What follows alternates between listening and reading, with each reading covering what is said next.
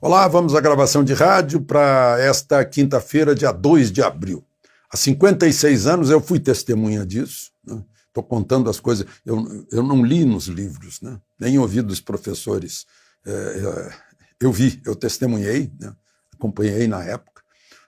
No dia 2 de abril, o presidente João Goulart pediu asilo no Uruguai, né? Contrariando o pedido de Brizola e de Darcy Ribeiro, queriam que ele resistisse no Rio Grande do Sul. O presidente do Senado e do Congresso, Auro Soares de Moura Andrade, declarou vaga à presidência da República, foi ao Palácio do Planalto e deu posse ao presidente da Câmara, Pascoal Ranieri Mazzilli, né? E o povo saiu para as ruas. Foi uma passeata calculada na época de 1 milhão de pessoas no Rio de Janeiro para festejar. Só para lembrar, né? A passeata foi organizada por 2 líderes civis do movimento, os governadores do Rio e de Minas Gerais, Magalhães Pinto e Carlos Lacerda. Um pouquinho de história de quem testemunhou essa história. Vamos então à nossa conversa de hoje. Se não estiverem inscritos, unam-se a nós outros 1 milhão, né? 1 milhão de pessoas. E não esqueçam de dar o seu like ou seu dislike.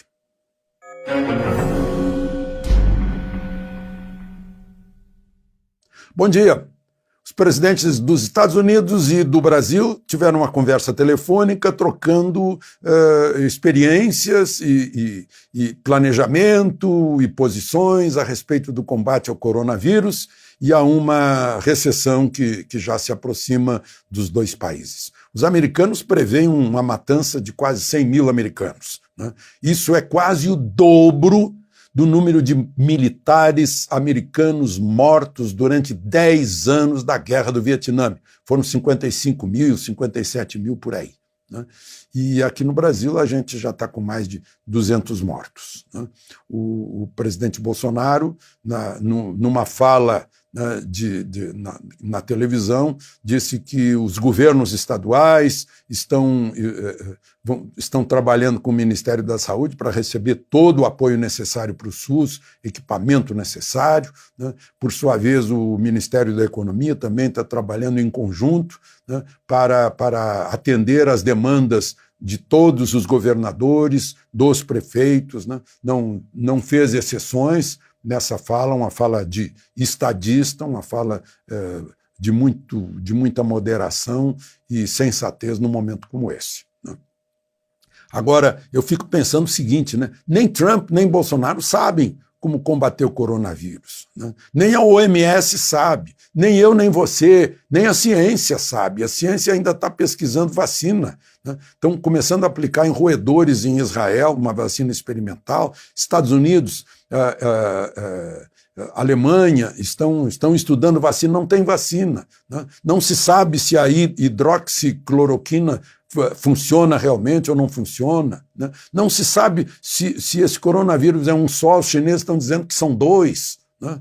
Não se sabe quantas pessoas foram contaminadas, né? Porque só se sabe dos contaminados aqueles que passaram pelo teste. Nem se sabe quantas pessoas foram contaminadas e passaram pelo coronavírus e estão imunizadas, não se sabe. Não se sabe a duração porque passaram essas pessoas num período de crise ou não crise, ou se sentiram ou não sentiram, não se sabe nada ainda, né? O que a ciência faz é começar sabendo que não sabe, né? Eu só sei que nada sei, né? Aí começa a pesquisar, testar, volta, experimenta, é o que a gente está fazendo, né? A gente não sabe se é o horizontal ou vertical o isolamento. No Japão está dando certo o vertical, na Itália não está dando certo o horizontal, né?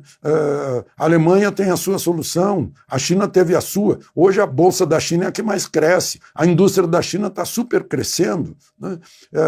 Os americanos estão lá agora, tem mais mortos do que teve na China, né?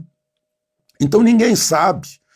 Ninguém é dono da verdade, ninguém tem a ciência na mão, porque a própria ciência não tem ainda as suas conclusões, né?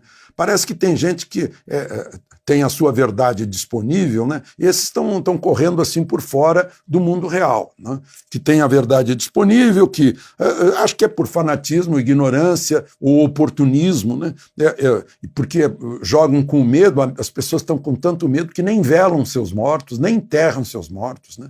Agora é gente que está metendo a cabeça no buraco escuro procurando a luz, né? Eu acho que a luz tem que ser na diversidade das ideias, das experiências, das opiniões, né?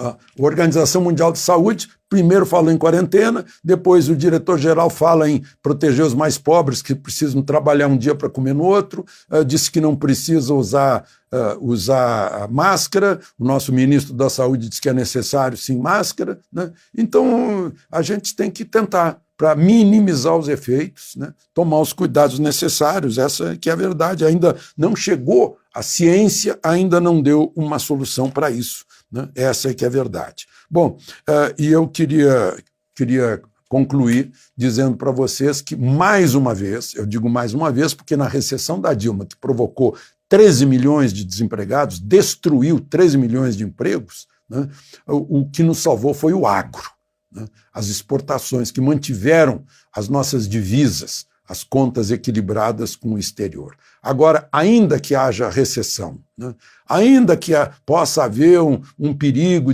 daqueles tempos da depressão de 29, que a gente queimava o café porque não tinha mercado, ainda que caiam os preços, né, o mundo precisa comer, né? Ainda que caiam os preços, precisa comer. E o nosso agro é capaz de alimentar 1 bilhão de pessoas. Então, já a confiança, né, e a esperança de que, mais uma vez, nós estamos nas boas mãos daqueles trabalhadores que estão tirando o alimento da terra. De Brasília, Alexandre Garcia.